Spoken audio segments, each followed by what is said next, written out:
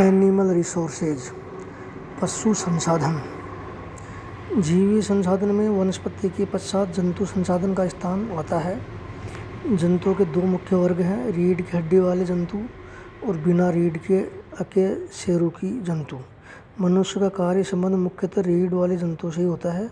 अकशेरुकी जंतु प्राकृतिक संतुलन को बनाए रखने के लिए प्रकृति में आवश्यक माने जाते हैं, परंतु उनसे मनुष्य के कार्यों और निवास में बहुत सी बाधाएं आती हैं।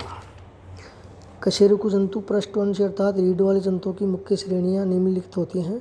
मत्स्य, उभयचर जो जल और स्थल दोनों पर रहते हैं, जैसे मेंढक, सरीसृप जो रेंगकर चलते हैं। पक्षी, स्तनपायी, इनकी प्रजातियां चौपाई पशु तथा नर वानर हैं। प्राणी विज्ञान की दृष्टि से मनुष्य भी एक स्तनपायी प्राणी है। मनुष्यों के प्रयोग में आने वाले जंतुओं की सबसे बड़ी संख्या चौपाई पशुओं की है।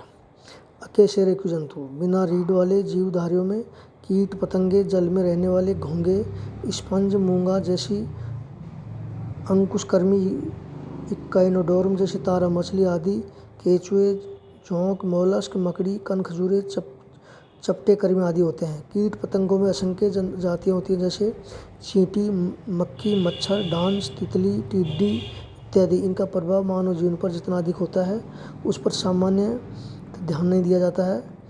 अकशेरुकी जंतुओं में समुद्री जीव, मधुमक्खी, रेशम के कृमि, लाख का कृमि, केंचुआ आदि केवल कुछ जंतुओं का ही प्रयोग मानव ने अपने लाभ के लिए किया है। शेष मनुष्य के जीवन में भारी बाधाएं उपस्थित करते हैं। वनों के जंतु, विषुवत-रेखीय सघन वनों में वृक्षों पर रहने वाले जंतुओं जैसे वानर, छिपकली, पक्षी, सर्प और कीट पतंगों का साम्राज्य है। नदियों में घड़ियाल, मगरमच्छ और हिप्पोपोटामस जैसे बड़े जलचर होते हैं। थल पर रहने वाले पशु भारी और कम होते हैं, जैसे हाथी, और सरलता से वनस्पति छिपे जाने वाले ओकपाई। उष्णकटिबंधीय, मानसूनी और उपोष्णकटिबंधीय वनों में थल पर रहने वाले चौपाए सबसे अधिक होते हैं। हाथी, गैंडा, जिराफ, हिरण, भैंसा, भेड़िया, सियार, लोमड़ी, खरगोश, शेर, जंगली सुअर, चींटीखोर, लकड़बग्गा, जंगल बिलाव, नीलगाय, जंगली भेड़, गुराल, जेबरा, तेंदुआ, चीता, शेर आदि बहुत प्रकार के तृणभक्षी और मांसभक्षी होते हैं। वृक्षों पर रहने वाले वानर, लंगूर और बबून आदि होते हैं।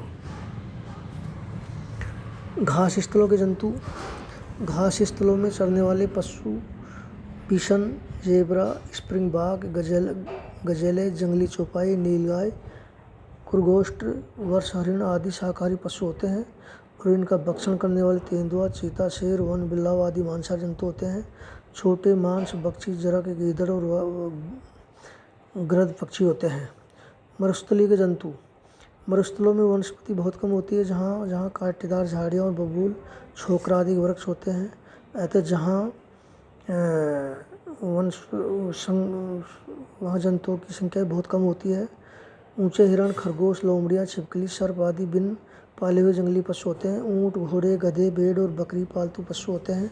टुंड्रा के जंतु, यहाँ भी वनस्पति कम होती है। टुंड्रा में मुस्क, आक्स, कैरिबो हिरण तथा सफ़ेद भालू और कुत्ते होते हैं। समुद्रों में सील और वालरस होती है।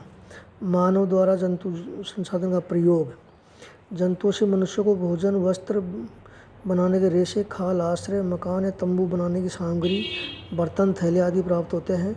मनुष्य पशुओं को सामान ढोने, सवारी करने, कृषि और उद्योगों में प्रयोग करता है। मानव द्वारा जंतु संसाधनों के उपयोग के मुख्य पहलू हैं आखेट, फांसना, पशुपालन, मत्स्य उद्योग। आखेट, मानव सभ्यता के आदिकाल से मनुष्य जंतुओं का आखेट सहयोग करता रहा है। आरंभ में मनुष्य ने वन्य पशुओं से अपनी रक्षा के लिए उनको मारने में परस्पर सहयोग करना सीखा था। बाद में मांस, समूर और खाल प्राप्त करने के लिए शिकार कर रहा था। लाखों जंतु प्रतिदिन मारे जाते हैं। इस जंगली जंतुओं की संख्या बहुत कम हो गई है। मनुष्य ने हिंसक पशुओं, शेर, चीते आदि का शिकार करके तृणभक्षी जंतुओं को बचाया है। आखेट के संबंध में फांसना, शंकुधारी वनों में समूर के जंतुओं को फंसाया जाता है। कनाडा, संयुक्त राज्य अमेरिका, उत्तरी रूस और साइबेरिया में धंधा बड़ी मात्रा में होता है। पशुओं को पालना, मनुष्य ने पशुओं को पालतू बनाकर अनेक प्रकार के प्रयोग किए हैं। भोजन प्राप्ति, दूध और दूध का सामान, मांस के लिए विभिन्न जलवायु के प्रदेशों में विभिन्न प्रकार के जंतु पाले जाते हैं। वस्त्रों के लिए रेशे, भेड़, अल्पाका, विकुना से ऊन, बकरी से बाल तथा पश्मीने के रेशे। अन्य पशुओं से बाल जिसमें कालीन, चटाई, रस्से आदि बनते हैं। कृषि में हल जोतना, सिंचाई आदि को बैल, घोड़ों, ऊँट आदि का प्रयोग। सामान ढोने के लिए बैल, ऊँट, गधा, खच्चर, याक, लामा, अल्पाका और हाथी का प्रयोग। हिमालय के ऊंचे भागों में भेड़ बकरी का प्रयोग होता है। सवारी के लिए घोड़ा, ऊँट, खच्चर, हाथी का प्रयोग। पहरेदारी के साथ के लिए कुत्ता। पशुपालन, डेयरी फार्मिंग या डेयरी उद्योग। पशुओं को पालने में सबसे अधिक ध्यान दूध के पशुओं के विकास में और दुग्धशालाओं के निर्माण में दिया जा रहा है। संसार में जितने भी भोजन हैं उनमें दूध और दूध से बने मक्खन, क्रीम, पनीर, दही, घी आदि सर्वोत्तम होते हैं। प्राचीन काल से ही भारत, चीन, मध्य एशिया, रूस, मध्य अमेरिका, अफ्रीका के सवाना प्रदेशों में दूध के लिए पशु पाले जाते रहे। डेयरी उद्योग की आवश्यक दशाएं। डेयरी उद्योग के मुख्य पशु गाय हैं। डेयरी फार्मिंग अर्थात दुग्ध उद्योग के लिए पाला जाने वाला मुख्य पशु गाय है।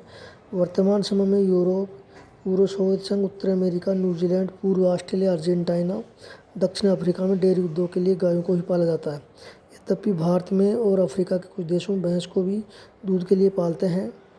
जलवायु, डेयरी उद्योग समशीतोष्ण जलवायु के शीतल आर्द्र प्रदेशों में उन्नति कर गया है, क्योंकि दूध देने वाली गायों के लिए शीतल समशीतोष्ण प्रदेश में आर्द्र जलवायु बहुत बड़ी उपयुक्त रहती है। इस प्रकार की जलवायु में पशु हष्ट-पुष्ट रहते हैं और उनके दूध की मात्रा अधिक होती है। डेयरी पशुओं के लिए 10 डिग्री सेंटीग्रेड से 17 डिग्री सेंटीग्रेड तक तापमान और 50 सेंटीमीटर से 75 सेंटीमीटर वार्षिक वर्षा के प्रदेश अनुकूल होते हैं। इन प्रदेशों में चारे की घास की अच्छी लागत लगती है। दुग्ध उद्योग के लिए ग्रीष्मकाल में तापमान 27 डिग्री से ऊपर नहीं रहना चाहिए, अन्यथा दूध और उससे निर्मित पदार्थों के जल्दी खराब होने का भय रहता है। शीतकाल में तापमान हिमांक से नीचे नहीं जाना चाहिए, वरना पशु दुर्बल हो जाते हैं। दुग्ध देने वाले पशुओं के लिए पाला घातक है। दुग्ध व्यवसाय सामुद्रिक जलवायु में विशेष रूप से उन्नति होता है, जैसे कि पश्चिमी यूरोप के पूर्वी देश, संयुक्त राज्य अमेरिका, अर्जेंटीना और न्यूजीलैंड में। महाद्वीपीय आर्द्र जलवायु भी ठीक रहती है।